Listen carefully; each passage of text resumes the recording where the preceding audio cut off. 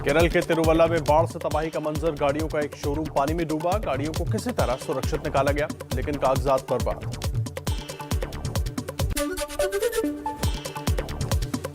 उत्तराखंड में आज भी भारी बारिश का अलर्ट। बारिश की वजह से अब तक 5 लोगों की मौत। चारधाम यात्रा भी अस्थायी तौर पर रोकी गई।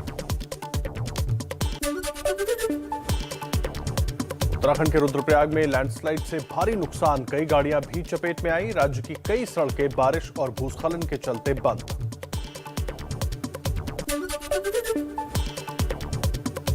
नैनीताल में भारी बारिश और भूस्खलन से कई इमारतों को खतरा। गर्ल्स हॉस्टल के पास हुए भूस्खलन की चपेट में अब दूसरी इमारतें भी आई। छात्राओं को शिफ्ट किया गया।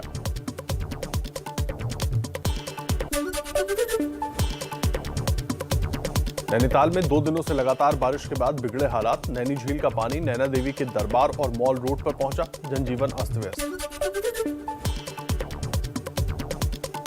रामनगर के क्यारी गांव में चंबल नाले में बही फॉर्च्यूनर कार में सवारों ने कूदकर किसी तरह जान बचाई। हल्द्वानी राष्ट्रीय राजमार्ग पर स्विफ्ट कार बही।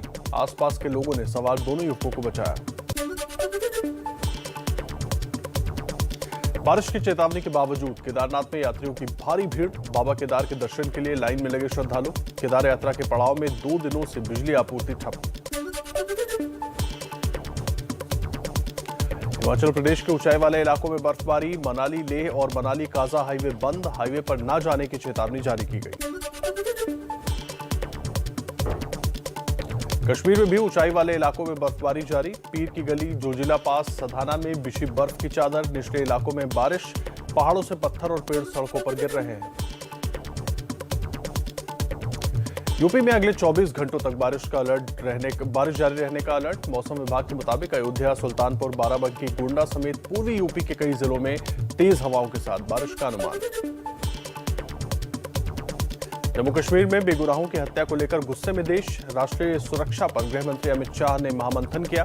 गृह राज्य मंत्री नित्यानंद राय, गृह सचिव एनएसए, सीबीआई प्रमुख समेत सभी सुरक्षा एजेंसियों और सुरक्षा बलों के प्रमुख मौजूद थे।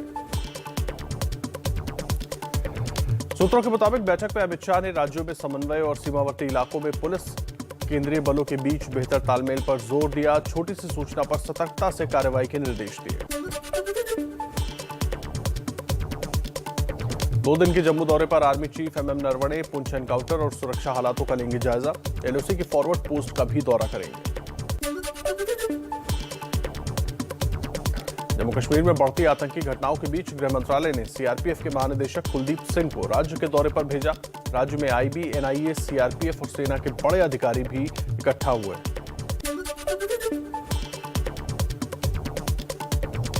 आतंकियों से बदला लेने के लिए पुंछ के जंगल के इलाके में जबरदस्त सर्च ऑपरेशन। जवानों और सैन्य अफसरों के गुनहगारों की तलाश में सेना ने दिन रात एक किया। कश्मीर में एक और आतंकी हमले का हाई अलर्ट। सूत्रों के मुताबिक आतंकियों के निशाने पर उरी में हाइड्रो पावर प्लांट और अनंतनाग में इमरजेंसी लैंडिंग स्ट्रिप। नए आतंकी संगठन हरकत 313 को जिम्मा सौंपा गया। और आइए कुछ और अहम खबरों का फटाफट अंदाज में आपको अपडेट्स देते हैं। जम्मू कश्मीर में नागरिकों पर बढ़ते आतंकी हमलों से डर का माहौल। हमलों के बाद से बड़ी संख्या में दूसरे राज्यों के लोगों का पलायन शुरू। जम्मू कश्मीर के कुलगाम में मारे गए बिहार के 2 मजदूरों का शव आज अररिया पहुंचेगा। रविवार को आतंकियों ने 2 मजदूरों की गोली मारकर हत्या कर दी थी। कश्मीर में आतंकी हमलों पर आरजेडी के तेजस्वी यादव का बयान। कहा, बिहार के लोगों को फौरन वापस लाया जाए। हालात सामान्य होने तक हर महीने उन्हें 10-10 हजार रुपए देने की मांग की। केंद्रीय मंत्री गिरिराज सिंह के बाद बिहार के डिप्टी सीएम तारकिशोर प्रसाद ने की वर्ल्ड कप में भारत पाकिस्तान मैच पर रोक लगाने की मांग। कहा, पाकिस्तान को कड़ा संदेश देने की जरूरत है। 24 अक्टूबर को होना है पाक से मुकाबला। सहारनपुर में कारपेंटर सगीर अहमद सुपुर्दे खाक किए गए। पीछे छोड़ गए 4 बेटियां और 1 बेटा। शनिवार को पुलवामा में आतंकियों ने सगीर की हत्या कर दी थी। जम्मू कश्मीर में आम लोगों की हत्याओं के विरोध में कांग्रेस का छात्र संगठन एनएसयूआई सड़कों पर उतरा। गृह मंत्री अमित शाह का पुतला फूंका। प्रदर्शनकारियों को हिरासत में लिया गया। बांग्लादेश में मंदिरों और हिंदुओं पर हो रहे हमलों के विरोध में विश्व हिंदू परिषद का विरोध प्रदर्शन। आज कोलकाता में सड़कों पर उतरेंगे कार्यकर्ता। कोलकाता में बांग्लादेश के डिप्टी हाई कमिश्नर से मिला बीजेपी प्रतिनिधिमंडल। स्कॉन मंदिर में इस तोड़फोड़ के मामले को लेकर बातचीत हुई। बांग्लादेश में रंगपुर के पीरगंज में हिंदू मछुआरों के गांव में बदमाशों ने लगाई आग। पीड़ितों का आरोप, हमलावरों ने 15 से 20 घरों को जला दिया। बांग्लादेश में हिंदुओं की सुरक्षा को लेकर आरएसएस ने चिंता व्यक्त की। सरकार से सुरक्षा सुनिश्चित करने की मांग की।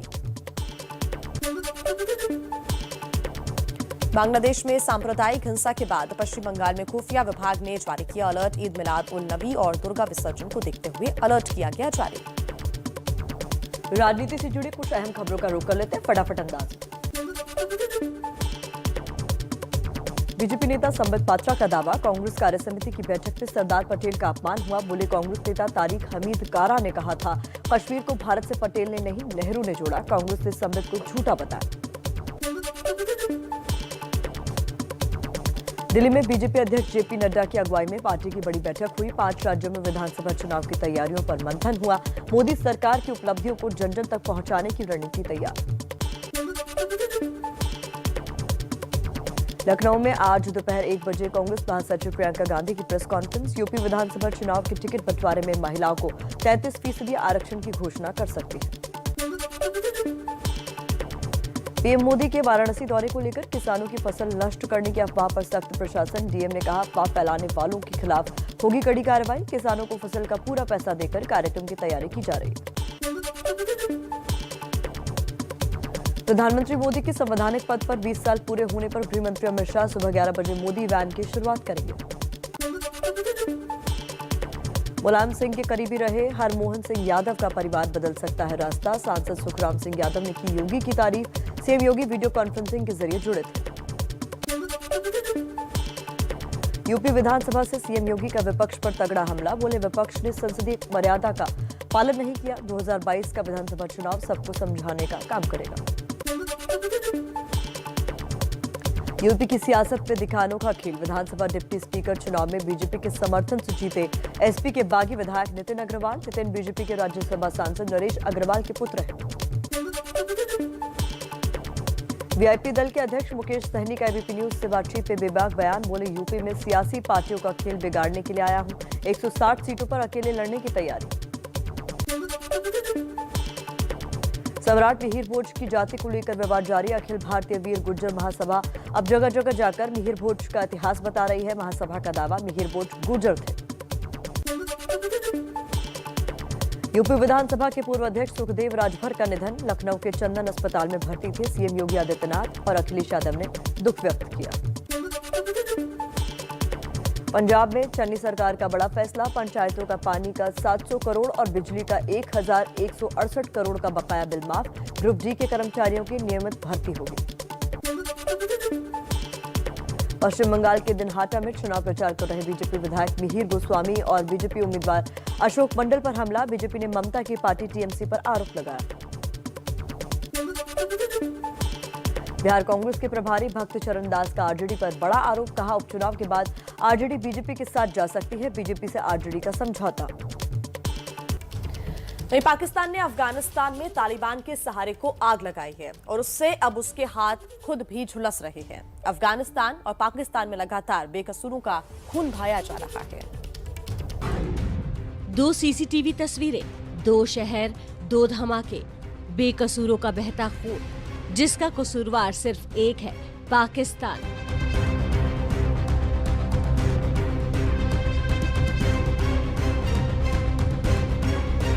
कंधार और क्वेटा में हुए इन धमाकों में बहे बेकसूरों के खून से पाकिस्तान के हाथ सने हैं। पहले आपको कंधार की तस्वीरें दिखाते हैं। मस्जिद के आंगन में बैठकर लोग नमाज पढ़ रहे हैं। अचानक अफरा तफरी मच जाती है।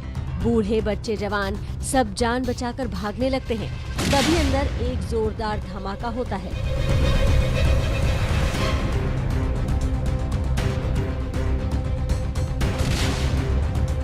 शुक्रवार को अफगानिस्तान के कंधार में शिया मस्जिद को निशाना बनाकर किए गए धमाके की सीसीटीवी तस्वीरें अब सामने आई हैं। 2 बंदूकधारी आतंकी फायरिंग करते हुए मस्जिद में घुसते हैं। तीसरा आतंकी भी उनके पीछे फायरिंग करते हुए अंदर घुसता है। उसके बाद जो कुछ हुआ वो खूनी दास्तां पूरी दुनिया ने देखा।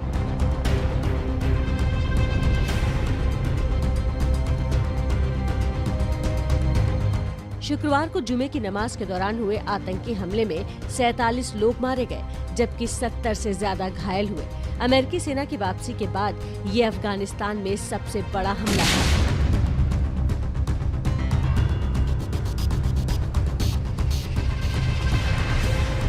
कंधार में मासूमों की मौत का जिम्मेदार वही पाकिस्तान है जो खुद के बोए आतंक की फसल का खामियाजा भुगत रहा है। धमाके की ये सीसीटीवी फुटेज पाकिस्तान के बलूचिस्तान की राजधानी क्वेटा की है। सोमवार शाम क्वेटा में पुलिस वैन को निशाना बनाकर हमला किया गया, जिसमें एक पुलिस वाले की मौत हो गई, जबकि 14 पुलिसकर्मी समेत 19 लोग घायल हो गए।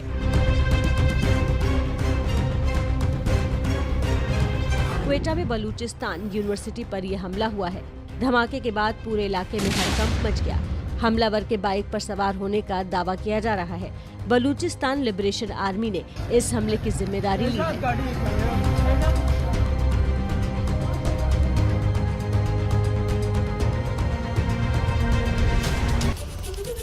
भारत चीन के बीच एक साल से भी ज्यादा वक्त से एलएसी पर तनाव चल रहा है, जिसके बाद अरुणाचल और असम से लगती एलएसी पर भारतीय सेना ने सर्विलांस बढ़ा दी है। लड़ाकू हेलीकॉप्टर्स की तैनाती की गई है।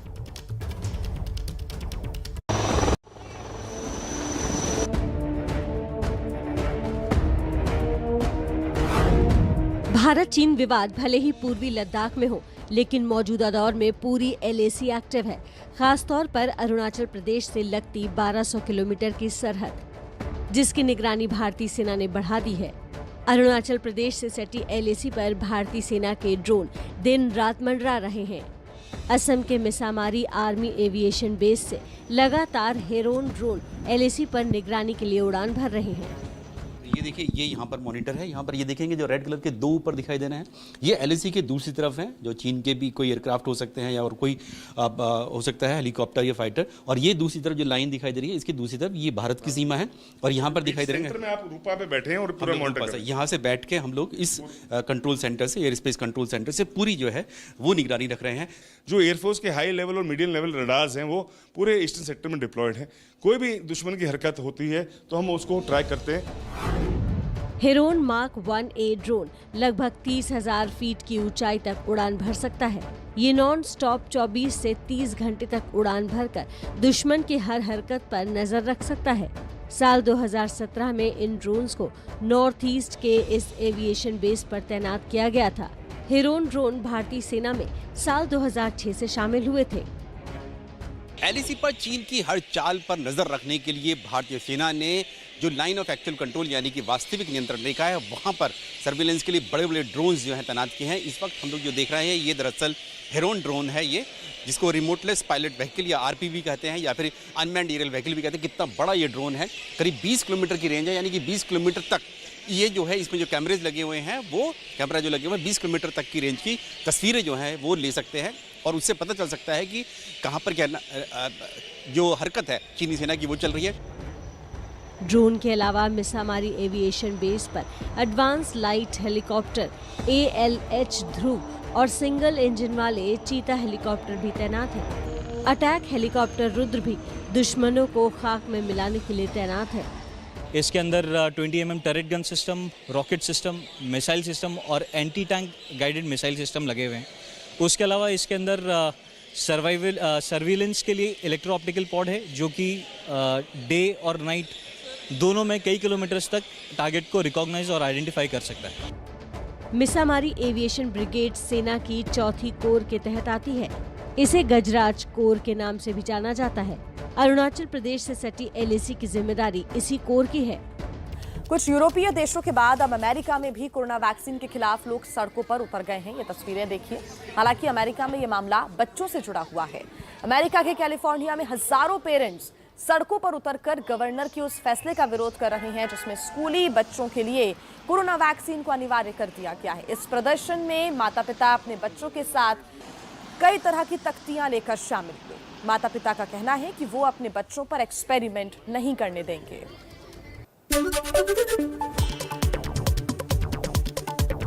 जम्मू कश्मीर में बेगुनाहों की हत्या को लेकर गुस्से में देश, राष्ट्रीय सुरक्षा पर गृह मंत्री अमित शाह ने किया मंथन। गृह राज्य मंत्री नित्यानंद रॉय, गृह सचिव, एनएसए, सीबीआई प्रमुख समेत सभी सुरक्षा एजेंसियों और सुरक्षा बलों के प्रमुख भी मौजूद थे।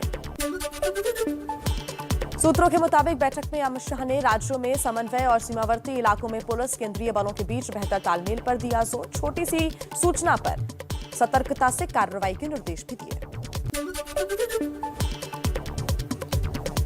2 दिन के जम्मू दौरे पर आर्मी चीफ एमएम नरवणे पूंछ एनकाउंटर और सुरक्षा हालातों का जायजा लेंगे। एलओसी के फॉरवर्ड पोस्ट का भी करेंगे दौरा। जम्मू कश्मीर में बढ़ती आतंकी घटनाओं के बीच गृह मंत्रालय ने सीआरपीएफ के महानिदेशक कुलदीप सिंह को राज्य के दौरे पर भेजा। राज्य में आईबी, एनआईए, सीआरपीएफ और सेना के बड़े अधिकारी भी इकट्ठा हुए। आतंकियों से बदला लेने के लिए पुंछ के जंगल के इलाके में जबरदस्त सर्च ऑपरेशन, जवानों और सैन्य अफसरों के गुनहगारों की तलाश में सेना ने दिन रात एक किया। कश्मीर में एक और आतंकी हमले का हाई अलर्ट। सूत्रों के मुताबिक आतंकियों के निशाने पर उरी में हाइड्रो पावर प्लांट और अनंतनाग में इमरजेंसी लैंडिंग स्ट्रिप। नए आतंकी संगठन हरकत 313 को जिम्मा सौंपा गया।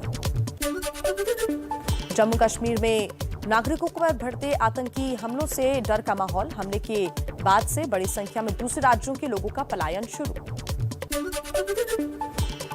जम्मू कश्मीर के कुलगाम में मारे गए बिहार के 2 मजदूरों का शव आज अररिया पहुंचेगा। रविवार को आतंकियों ने 2 मजदूरों की गोली मारकर हत्या कर दी। कश्मीर में आतंकी हमलों पर आरजेडी के तेजस्वी यादव का बयान। कहा, बिहार के लोगों को फौरन वापस लाया जाए। हालत सामान्य होने तक हर महीने उन्हें 10-10 हजार रुपए देने की मांग की। केंद्रीय मंत्री गिरिराज सिंह के बाद बिहार के डिप्टी सीएम तारकिशोर प्रसाद ने की वर्ल्ड कप में भारत पाकिस्तान मैच पर रोक लगाने की मांग। कहा, पाकिस्तान को कड़ा संदेश देने की जरूरत है। 24 अक्टूबर को होना है पाकिस्तान से मुकाबला। सहारनपुर में कारपेंटर सगीर अहमद सुपुर्द खाक किए गए। पीछे छोड़ गए 4 बेटियां और 1 बेटा। शनिवार को पुलवामा में आतंकियों ने सगीर की हत्या कर दी थी। जम्मू कश्मीर में आम लोगों की हत्याओं के विरोध में कांग्रेस का छात्र संगठन एनएसयूआई सड़कों पर उतरा। गृह मंत्री अमित शाह का पुतला फूंका। प्रदर्शनकारियों को हिरासत में लिया गया। बांग्लादेश में मंदिरों और हिंदुओं पर हो रहे हमलों के विरोध में विश्व हिंदू परिषद का विरोध प्रदर्शन। आज कोलकाता में सड़कों पर उतरेंगे कार्यकर्ता। कोलकाता में बांग्लादेश के डिप्टी हाई कमिश्नर से मिला बीजेपी का प्रतिनिधिमंडल। इस्कॉन मंदिर में हुई तोड़फोड़ के मामले को लेकर मुलाकात हुई। बांग्लादेश में हिंसा के खिलाफ कोलकाता में विरोध। बांग्लादेश उप उच्चायोग के बाहर इस्कॉन के सदस्यों ने किया प्रदर्शन। नयाखाली में कथित तौर पर एक इस्कॉन मंदिर में तोड़फोड़ की गई है। कुछ और खबरों का अपडेट्स पहुंचा देते हैं आप तक फटाफट अंदाज। बांग्लादेश में हिंदुओं की सुरक्षा को लेकर आरएसएस ने चिंता जाहिर की। सरकार से सुरक्षा सुनिश्चित करने की मांग की। बांग्लादेश में सांप्रदायिक हिंसा के बाद पश्चिम बंगाल में खुफिया विभाग ने जारी किया अलर्ट। ईद मिलाद उल नबी और दुर्गा विसर्जन को देखते हुए अलर्ट। बांग्लादेश में हुए हमले में अब तक 45 आरोपी गिरफ्तार। केरल के तिरुवल्ला में बाढ़ से तबाही का मंजर। गाड़ियों का एक शोरूम पानी में डूबा। गाड़ियों को किसी तरह सुरक्षित निकाला गया, लेकिन कागजात बर्बाद हुए। उत्तराखंड में आज भी भारी बारिश का अलर्ट। बारिश की वजह से अब तक 5 लोगों की मौत। 4 धाम यात्रा भी अस्थायी तौर पर रोकी गई। उत्तराखंड के रुद्रप्रयाग में लैंडस्लाइड से भारी नुकसान। कई गाड़ियां भी चपेट में आई। राज्य की कई सड़कें बारिश और भूस्खलन के चलते बंद। नैनीताल में भारी बारिश और भूस्खलन से कई इमारतों को खतरा। गर्ल्स हॉस्टल के पास हुए भूस्खलन की चपेट में अब दूसरी इमारतें भी आई। छात्राओं को शिफ्ट किया गया। नैनीताल में 2 दिनों से लगातार बारिश के बाद बिगड़े हालात। नैनी झील का पानी नैना देवी के दरबार और मॉल रोड पर पहुंचा। जनजीवन अस्त व्यस्त। रामनगर के क्यारी गांव में चंबल नाले में बही फॉर्च्यूनर कार सवारों ने कूदकर किसी तरह बचाई जान। हल्द्वानी राष्ट्रीय राजमार्ग पर स्विफ्ट कार बही। आसपास के लोगों ने सवार दोनों युवकों को बचाया। बारिश की चेतावनी के बावजूद केदारनाथ में यात्रियों की भारी भीड़। बाबा केदार के दर्शन के लिए लाइन में लगे श्रद्धालु। केदार यात्रा के पड़ावों में 2 दिनों से बिजली आपूर्ति ठप है। हिमाचल प्रदेश के ऊंचाई वाले इलाकों में बर्फबारी। मनाली लेह और मनाली गाजा हाईवे बंद। हाईवे पर न जाने की चेतावनी जारी की गई। कश्मीर में भी ऊंचाई वाले इलाकों में बर्फबारी जारी। पीर की गली, जोजिला पास, सधाना में बिछी बर्फ की चादर। निचले इलाकों में बारिश, पहाड़ों से पत्थर और पेड़ सड़कों पर गिर रहे हैं। यूपी में अगले 24 घंटे तक बारिश का अलर्ट। मौसम विभाग के मुताबिक अयोध्या, सुल्तानपुर, बाराबंकी, गोंडा समेत पूर्वी यूपी के कई जिलों में तेज हवाओं के साथ बारिश का अनुमान है। और अब कुछ और अहम खबरें आपको बता देते हैं फटाफट अंदाज में।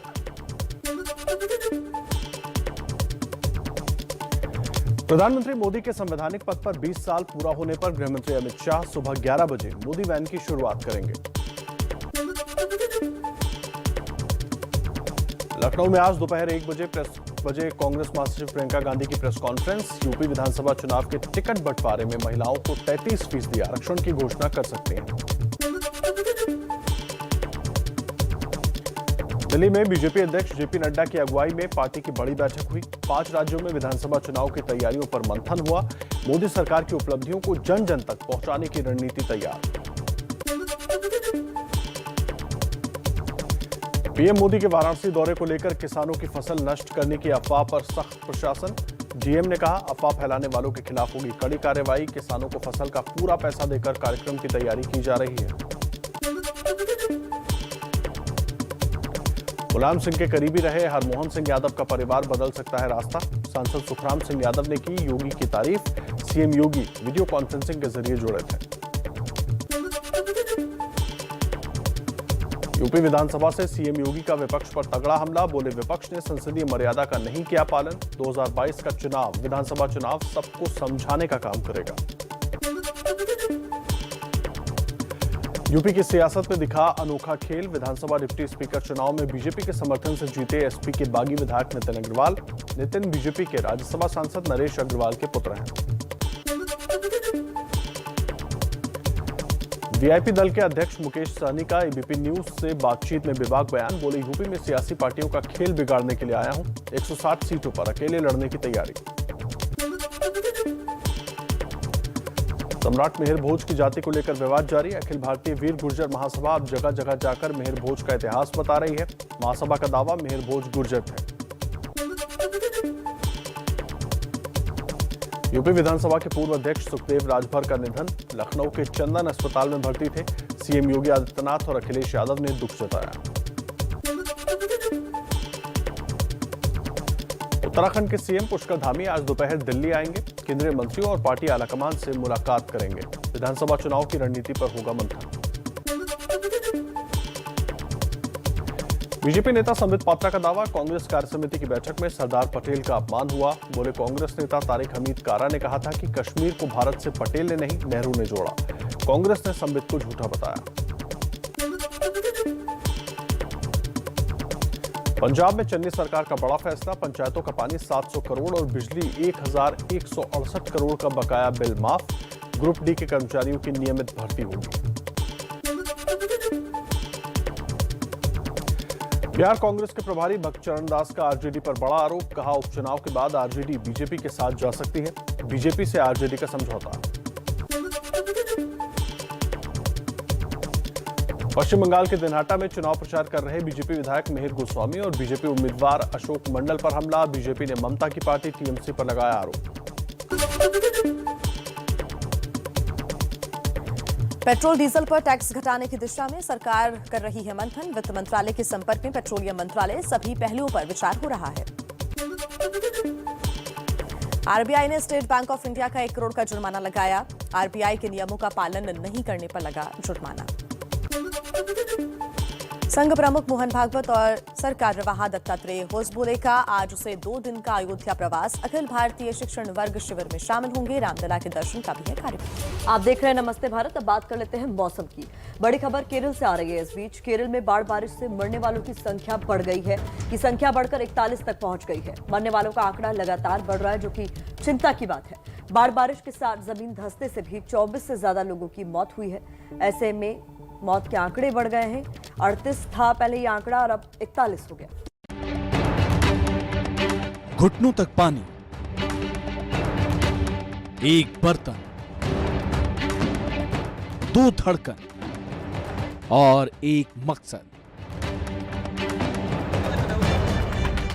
केरल की डरा देने वाली बाढ़ के बीच ये तस्वीर मजबूरी और मंगलकार के बीच की कशमकश है। बर्तन में बैठे लहरों पर फिसलते दरअसल ये दोनों जिंदगी की नई राह, नई चाह की ओर जा रहे हैं। ये जोड़ा शादी के लिए मंदिर जा रहा है। दोनों के घर वाले इस शादी के लिए राजी नहीं थे, लेकिन जोड़े को अपने प्यार और फैसले पर भरोसा था। लिहाजा राह के हर रोड़े को पार करते हुए ये शादी करने जा रहे हैं। रास्ते में बाढ़ भी रोड़ा बनकर सामने आई तो दोनों ने बर्तन को ही उम्मीदों की कश्ती बना ली। जोड़ा मंदिर पहुंचा, बाकायदा शादी की। कुछ करीबी इस जश्न के चश्मदीद भी थे और साझेदार भी। इस जोड़े ने 5 अक्टूबर को ही कोर्ट में शादी रजिस्टर्ड करा ली थी। सोमवार को मंदिर में हिंदू रीति रिवाज से उनकी शादी हुई। घटना केरल के अलापुझा की है। बर्तन में बैठकर शादी के लिए जाने की वजह से उनकी शादी की तस्वीरें वायरल हो गई। दूल्हा दुल्हन दोनों स्वास्थ्यकर्मी हैं और चेंगनूर के अस्पताल में काम करते हैं।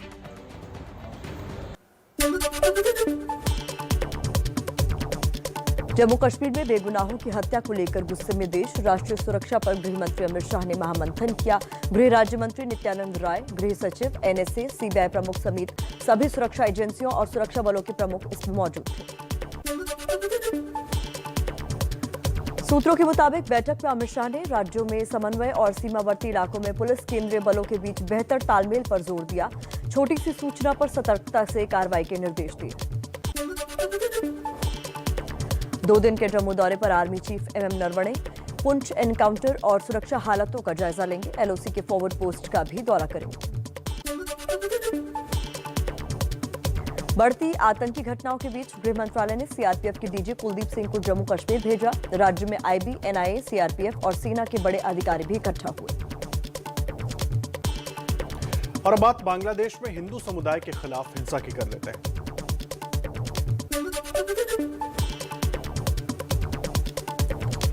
बांग्लादेश में सांप्रदायिक हिंसा के बाद पश्चिम बंगाल में खुफिया विभाग ने जारी किया अलर्ट। ईद मिलादुन्नबी और दुर्गा विसर्जन को देखते हुए अलर्ट। बांग्लादेश में हुए हमले में अब तक 45 आरोपी गिरफ्तार। बांग्लादेश में मंदिरों और हिंदुओं पर हो रहे हमलों के विरोध में विश्व हिंदू परिषद का विरोध प्रदर्शन। आज कोलकाता में सड़कों पर उतरेंगे कार्यकर्ता। लखनऊ में आज दोपहर 1 बजे कांग्रेस महासचिव प्रियंका गांधी की प्रेस कॉन्फ्रेंस। यूपी विधानसभा चुनाव के टिकट बंटवारे में महिलाओं को 33% आरक्षण की घोषणा कर सकते हैं। दिल्ली में बीजेपी अध्यक्ष जेपी नड्डा की अगुवाई में पार्टी की बड़ी बैठक हुई। 5 राज्यों में विधानसभा चुनाव की तैयारियों पर मंथन हुआ। मोदी सरकार की उपलब्धियों को जन जन तक पहुंचाने की रणनीति तैयार। उत्तराखंड के सीएम पुष्कर धामी आज दोपहर दिल्ली आएंगे। केंद्रीय मंत्रियों और पार्टी आलाकमान से मुलाकात करेंगे। विधानसभा चुनाव की रणनीति पर होगा मंथन। और आइए फटाफट अंदाज में अपराध से जुड़ी कुछ और खबरें आपको दिखाते हैं। शाहजहांपुर की अदालत में वकील की हत्या को विपक्ष ने मुद्दा बनाया। मायावती, प्रियंका और अखिलेश यादव ने योगी सरकार में कानून व्यवस्था पर सवाल उठाए। लखीमपुर हत्याकांड में सुमित जायसवाल समेत 4 आरोपी गिरफ्तार। वारदात के दिन थार से निकलकर भागते दिखा था सुमित जायसवाल। रणजीत हत्याकांड में राम रहीम को उम्र कैद। डेरा प्रमुख के साथ 4 दोषियों को भी आजीवन कारावास की सजा। राम रहीम पर 31 लाख का जुर्माना भी लगाया गया। अब खबर विस्तार से। उत्तराखंड में भारी बारिश की वजह से चमोली बद्रीनाथ नेशनल हाईवे पर एक कार नाले में गिर गई।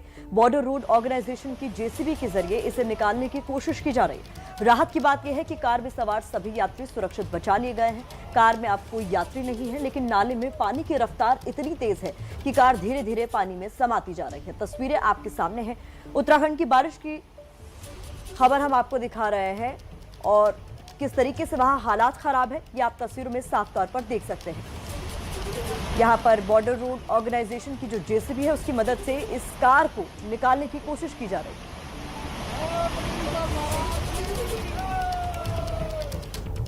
और अब बात केरल की कर लेते हैं, जहां पर आसमानी प्रलय आई हुई है, जिसे गॉड्स ओन कंट्री भी कहा जाता है। लेकिन पिछले 2-3 दिनों में केरल से जो तस्वीरें सामने आई हैं, उसे देखकर लगता है कि ऊपर वाले ने केरल से अपना रिश्ता ही तोड़ लिया है। बाढ़ और बारिश की वजह से केरल में अब तक 41 लोगों की जान गई है।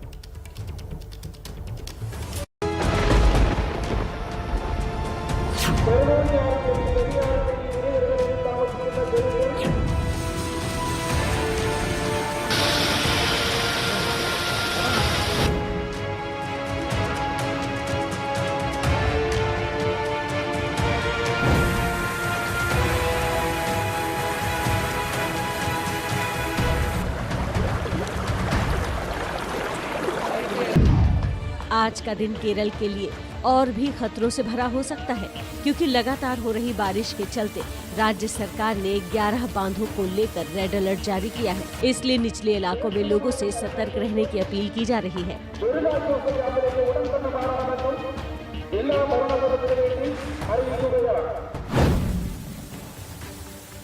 एशिया के सबसे ऊंचे आर्क डैम में शामिल इदुक्की बांध के दरवाजे भी अब से थोड़ी देर बाद खोल दिए जाएंगे। इदुक्की बांध की पूर्ण क्षमता 2403 फीट है। सोमवार की सुबह 7 बजे बांध में पानी का जल स्तर 2396.86 फुट हो गया था और मुमकिन है कि आज जल स्तर 2398.86 के ऊपरी स्तर को पार कर जाए। इसलिए राज्य सरकार ने डैम के दरवाजे खोलने का फैसला किया है। 2018 में जब इदुक्की बांध के दरवाजे खुले थे, तब परियार नदी के आसपास बसे इलाकों में भारी तबाही आई थी और फिर से वैसी ही तबाही आने की आशंका है, खासतौर पर तब जब बारिश की वजह से केरल के अधिकांश इलाके पहले ही पानी हैं।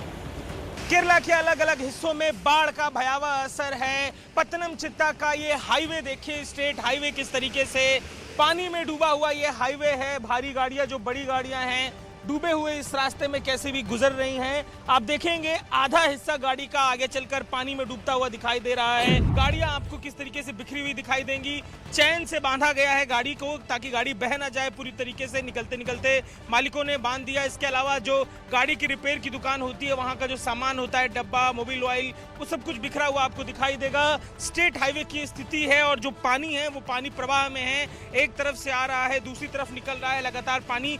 अब जब डैम खुला है तो इस बात की चिंता जताई जा रही है कि पानी और ज्यादा बढ़ेगा, लोगों की मुश्किलें बनेगी। जब पानी आया तो स्थिति कैसी थी? और रात में पानी आया, ये लेवल आएगा तो वो शटर बना खराब आएगा, ग्लास टूट गया, फुल ये गाड़ी का शोरूम है, फुल अंदर पानी आएगा। अभी गाड़ी नहीं है, रात में निकाले, फुल बाहर निकाले। पानी इतना ऊपर गया था, इसलिए वो पानी आता फटाफट आता तो वो पूरा बाहर अंदर जाएगा। मौसम विभाग के मुताबिक केरल में बुधवार से बरसात और भी रफ्तार पकड़ेगी, जो 24 अक्टूबर तक चलेगी। इसलिए राज्य सरकार अभी से ही बड़े डैम्स को खाली करने में जुट गई है। चलाकुडी नदी पर शोलियार बांध के दरवाजे खोल दिए गए हैं। कक्की नदी पर कक्की बांध के दरवाजे भी राज्य सरकार ने खोल दिए हैं।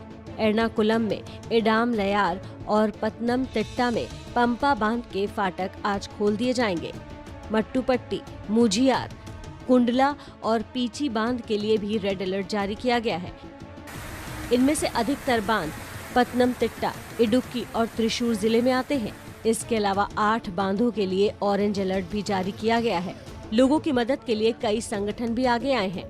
आरएसएस की सेवा भारती के ये लोग दिखाई देंगे आपको, जो यहाँ पर सेवा भाव से खुद आगे आए हैं मदद करने के लिए। जो घर के अंदर कीचड़ गाद नदी से आया था उसको बाहर निकाल रहे हैं, सेवा भारती के ये लोग हैं। कोशिश ये है कि जल्द से जल्द जो घर के अंदर का कीचड़ है उसे बाहर निकाल सके, क्योंकि अब महामारी, बीमारी, तरह तरह की दिक्कतों का सामना इस गंदगी के चलते करना पड़ सकता है। केरल सरकार ने सबरीमला स्थित भगवान अयप्पा मंदिर की तीर्थ यात्रा भी फिलहाल रोक दी है। आरणमुला, किंदगन्नूर और ओमल्लूर के तटीय इलाकों में भी अलर्ट जारी किया गया है। प्रदेश में राहत आपदा केंद्रों की संख्या 247 तक बढ़ाई गई है। इन कैंप्स में 2619 परिवार रह रहे हैं। रेस्क्यू ऑपरेशन में एनडीआरएफ की 11 टीमों को लगाया गया है। इस पूरे हफ्ते केरल को कुदरत की अग्नि परीक्षा से गुजरना है, खासतौर पर दक्षिण और मध्य केरल के जिलों को, क्योंकि इन्हीं इलाकों में बाढ़ का खतरा ज्यादा है।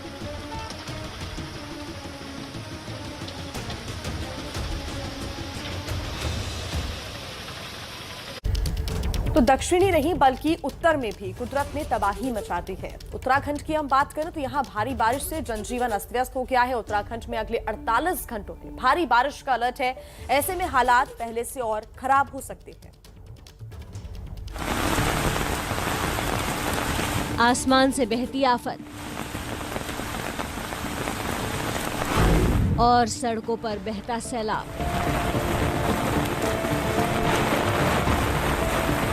कुदरत का ऐसा रौद्र रूप वो भी अक्टूबर के महीने में नैनीताल के लोगों ने कभी नहीं देखा था। पिछले 24 घंटे में 150 मिलीमीटर से भी ज्यादा मूसलाधार बारिश ने नैनीताल की खूबसूरती को जैसे पानी में समा लिया है। पानी का बहाव इतना कि कारें भी इसके सामने दम तोड़ रही हैं।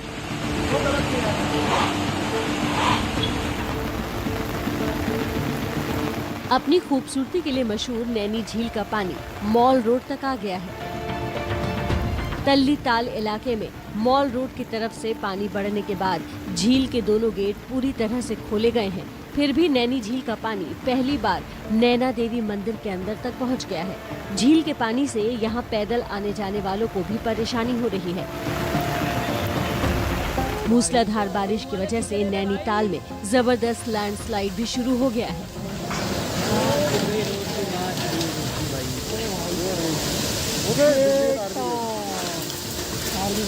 लैंडस्लाइड की चपेट में कई वाहन भी आए हैं। साथ ही नैनीताल के केपी गर्ल्स हॉस्टल का एक हिस्सा भी इसकी चपेट में आ गया है। बाकी हॉस्टल के भी कभी भी गिरने का खतरा है। इसको देखते हुए हॉस्टल को खाली कराया जा रहा है।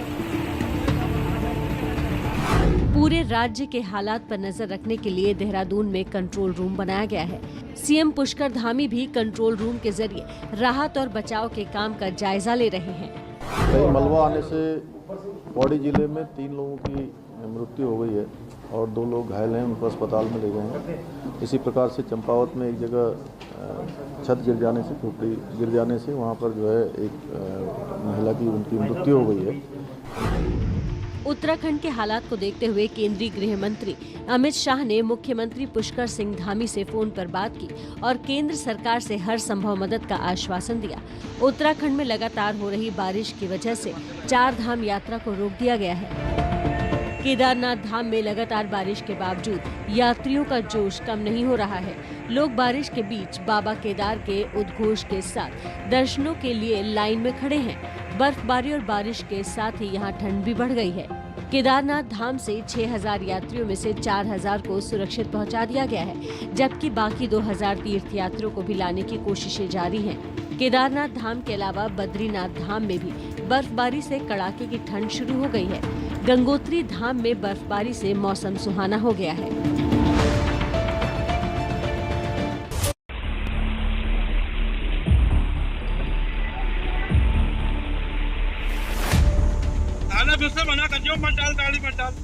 ये दोनों ही तस्वीरें उत्तराखंड की हैं। एक तरफ जहां रामनगर के क्यारी गांव में एक एसयूवी तिनके की तरह बही चली जा रही है, तो वहीं रामनगर हल्द्वानी राष्ट्रीय राजमार्ग के पास नाले में एक कार समाई चली जा रही है। गनीमत ये रही कि दोनों ही हादसों में वक्त रहते सभी कार सवारों को बचा लिया गया। और हसीन वादियों के बीच मौत से सामना कैसे हो सकता है, ये तस्वीरें उसी की गवाही दे रहे हैं। बद्रीनाथ हाईवे पर नरकोटा के पास पहाड़ी से अचानक पत्थर गिरने से एक कार बोल्डर की चपेट में आ गई। गनीमत ये रही कि यहाँ भी कार सवार 5 लोगों की जान बच गई। पर हैरान करने वाली बात यह है कि उत्तराखंड में बिगड़े मौसम को लेकर पहले ही अलर्ट जारी किया जा चुका है। बावजूद इसके लोग वादियों का लुत्फ उठाने के चक्कर में अपनी जान जोखिम में डाल देते हैं।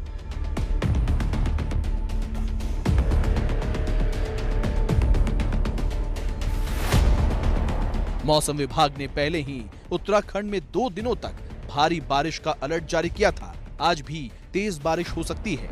बाढ़ संभावित इलाकों में पुलिस और एसडीआरएफ की कई टीमें लगाई गई हैं। उत्तराखंड में कई घंटों से हो रही लगातार बारिश से नदी और नाले अपने रौद्र रूप में हैं और जैसे जैसे बारिश रफ्तार पकड़ेगी, खतरा पहले से और ज्यादा बढ़ता जाएगा।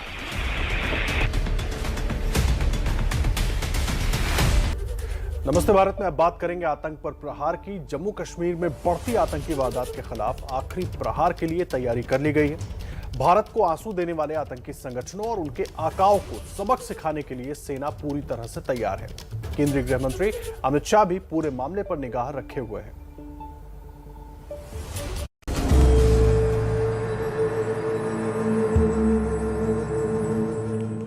हर आंसू का हिसाब लिया जाएगा, हर दर्द की सजा दी जाएगी।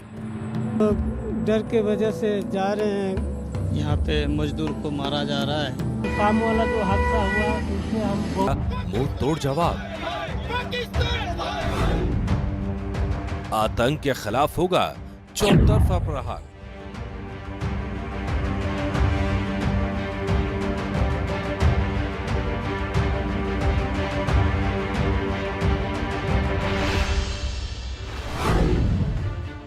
कल ही केंद्रीय गृह मंत्री अमित शाह ने देश में सुरक्षा के हालात की समीक्षा की। समीक्षा के दौरान सभी राज्यों के पुलिस महानिदेशकों के साथ साथ अर्धसैनिक बलों के महानिदेशक और खुफिया विभाग और गृह मंत्रालय के वरिष्ठ अधिकारी मौजूद थे, जिसके तहत स्पेशल टीम कश्मीर पहुंच भी गई है।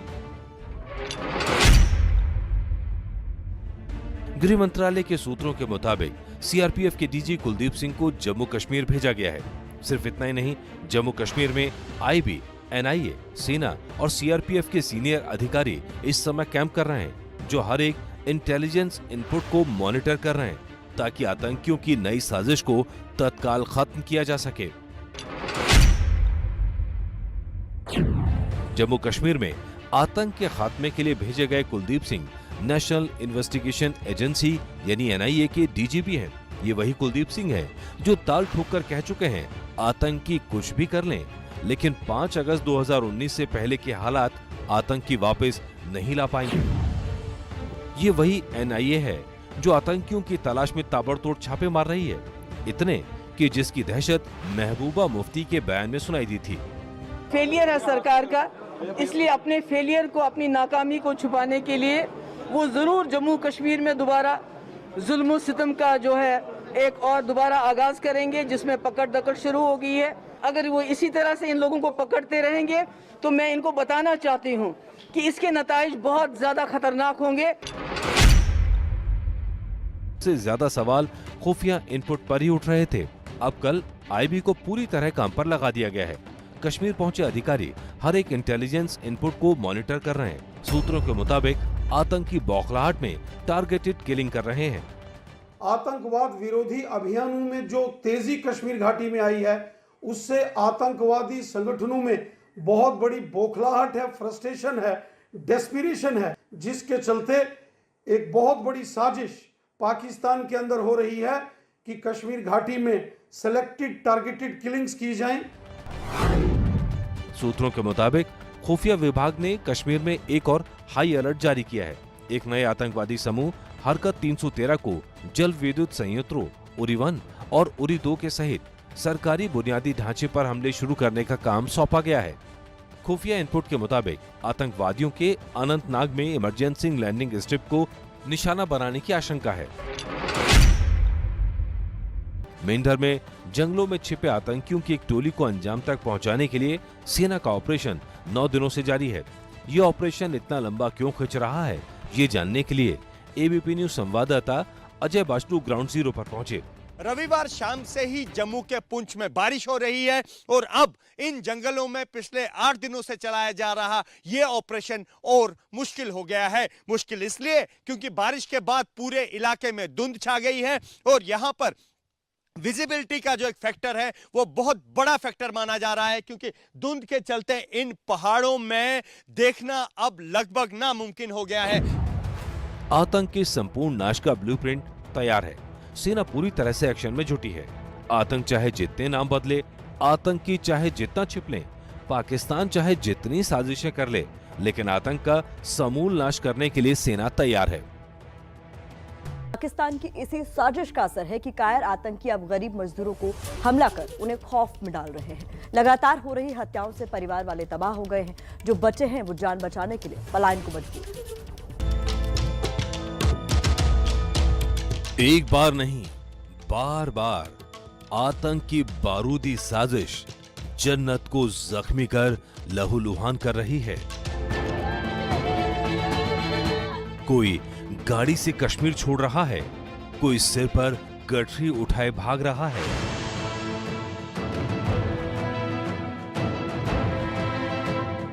कोई पहली ट्रेन मिलते ही भागने की तैयारी में है। ये तस्वीरें सिर्फ मजदूरों के डर को नहीं बता रही, बल्कि बता रही हैं पाकिस्तान फिर से कैसे दशकों पुरानी साजिश पर उतर आया है, जहां बंदूकों के दम पर वो भेदभाव की ऊंची दीवार खड़ी करना चाहता है। ऐसी दीवार जिससे कश्मीर में खौफ का माहौल बन जाए।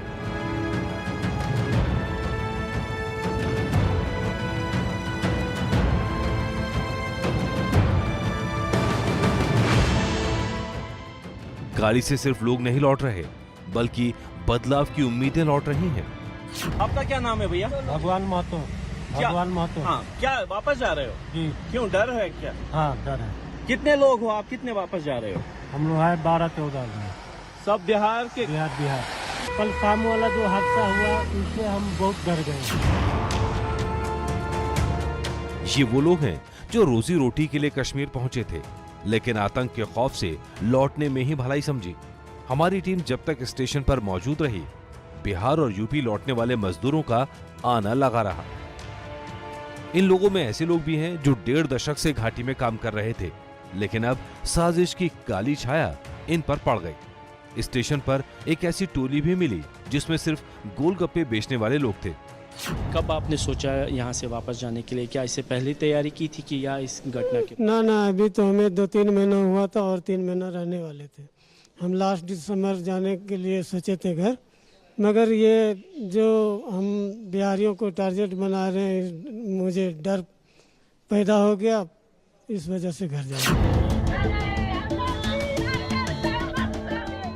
16 अक्टूबर को श्रीनगर में जिस गोलगप्पे वाले अरविंद की हत्या की गई, उस अरविंद के घर में मातम छाया है।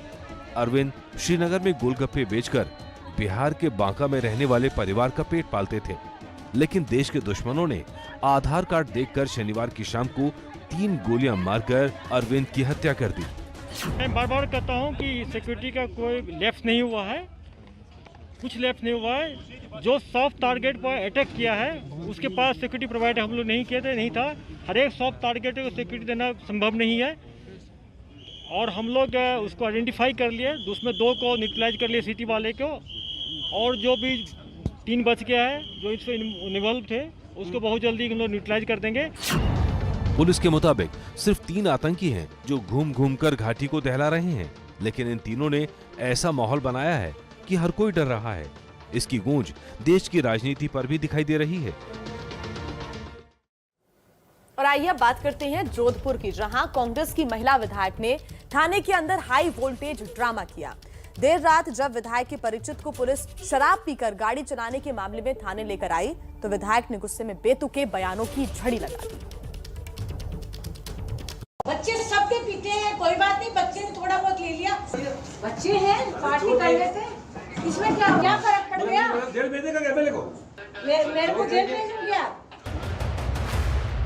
ये है जोधपुर का रातानाडा पुलिस थाना, और तस्वीरों में दिख रही ये महिला राजस्थान के शेरगढ़ की कांग्रेस विधायक मीना कंवर है। हमने रिक्वेस्ट करी आपसे रात को, बच्चे सबके पीते हैं, कोई बात नहीं, बच्चे ने थोड़ा बहुत ले लिया। और पुलिस को धमकाते ये साहब विधायक के पति हैं। पूरा वीडियो क्या फर्क पड़ गया? जेल भेजेगा क्या मेरे को? मेरे को जेल भेजेंगे? ये सारा ड्रामा इसलिए हो रहा है क्योंकि पुलिस ने विधायक के रिश्तेदार का चालान काट दिया जो नशे में ड्राइविंग कर रहा था। लेकिन पुलिस की इस कार्रवाई से विधायक इतनी बिदक गईं कि उन्होंने थाने में ही धरना दे दिया। बात फिर भी नहीं बनी तो उन्होंने बेतुके तर्कों की छड़ी लगा दी। बच्चे हैं, पार्टी कर रहे थे, इसमें क्या फर्क पड़ गया? जेल भेजेगा क्या मेरे को? थाने में विधायक का हाई वोल्टेज ड्रामा कैमरे में कैद होता रहा, पर जैसे ही विधायक की नजर रिकॉर्डिंग कर रहे पुलिस वाले पर पड़ी, वो और नाराज हो गई और दोनों मियां बीवी पुलिस वाले को धमकाने लगे। आप वीडियो बना रहे हैं, बनाइए, बंद कर दीजिए। बंद कर दिया। आप ये सही नहीं कर रहे हैं, बिल्कुल सही नहीं कर रहे। बंद कर दीजिए। आखिर में पुलिस वालों ने दबाव में आकर गाड़ी और नशे में धुत विधायक के रिश्तेदार को छोड़ दिया। खाकी और खादी की इस लड़ाई में जीत भले ही खादी की हुई, पर हार कानून की हो गई। भोपाल के बीजेपी विधायक अपने विवादित बयान की वजह से चर्चा में है। समाज को बांटने वाले विधायक के बिगड़े बोल आपको सुनने चाहिए। फादर और चादर से दूर हो जाओ हिंदू। मन से खड़े होकर फादर और चादर से बचने का ज्ञान दे रहे ये भोपाल की हुजूर सीट से बीजेपी के विधायक रामेश्वर शर्मा है। एक बार आपको इनका पूरा बयान सुनाते हैं। फादर और चादर से दूर हो जाओ हिंदू, नहीं ये तुम्हें बर्बाद कर देंगे। फादर और चादर, समझ गए कि नहीं? अरे समझे कि नहीं? फादर और चादर से दूर रहो, ये पीर बाबा से दूर रहो। ये पीर बाबा तुम्हारे हनुमान मंदिर जाने में बाधा है। पीरों को पूजने वाले से बोल दो कि तुम जमीन में दफन पे भरोसा करते हो, हम दुनिया को जलाने वाले पर भरोसा करते हैं जो बजरंग बली है। दशहरे के जुलूस में पहुंचे बीजेपी के विधायक रामेश्वर शर्मा ने जुबान से समाज में जहर बोना शुरू कर दिया। मजार पर चादर चढ़ाने वाले हिंदुओं को समझाने के चक्कर में विधायक जी पद और उस संविधान की मर्यादा भूल गए जिसकी उन्होंने शपथ ली। पीर बाबा और पादरियों के खिलाफ बोलते हुए बीजेपी विधायक भावनाओं में बह गए। ये तुम्हें बर्बाद कर देंगे फादर और चादर।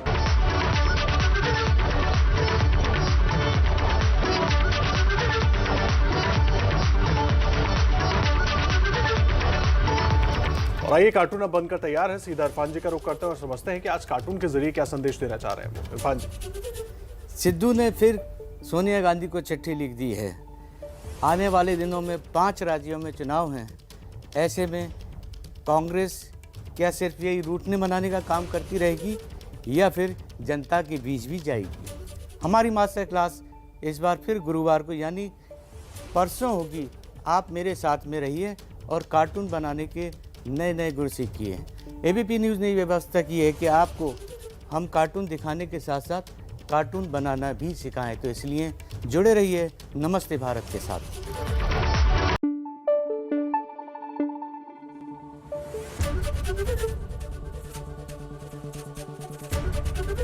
एबीपी न्यूज़ आपको रखे आगे।